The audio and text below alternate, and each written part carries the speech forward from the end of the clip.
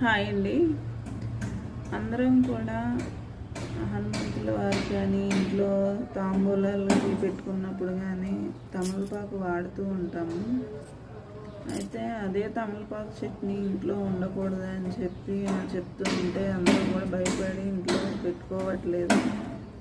కానీ అట్లాంటిది ఏమీ ఉండదండి, ఇంట్లో పెంచుకోండి, చాలా మంచిది. భగవంతుడికి సమర్పించేది ఇంట్లో మొక్క ఉండకూడదు అంటాం కరెక్ట్ కాదు కదండి. అదేం కాదండి, అందరూ కూడా ఇంట్లో పెంచుకోండి.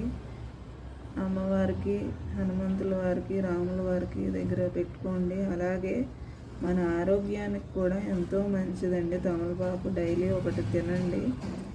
మన బ్లడ్ చిక్కపడకుండా ఉండి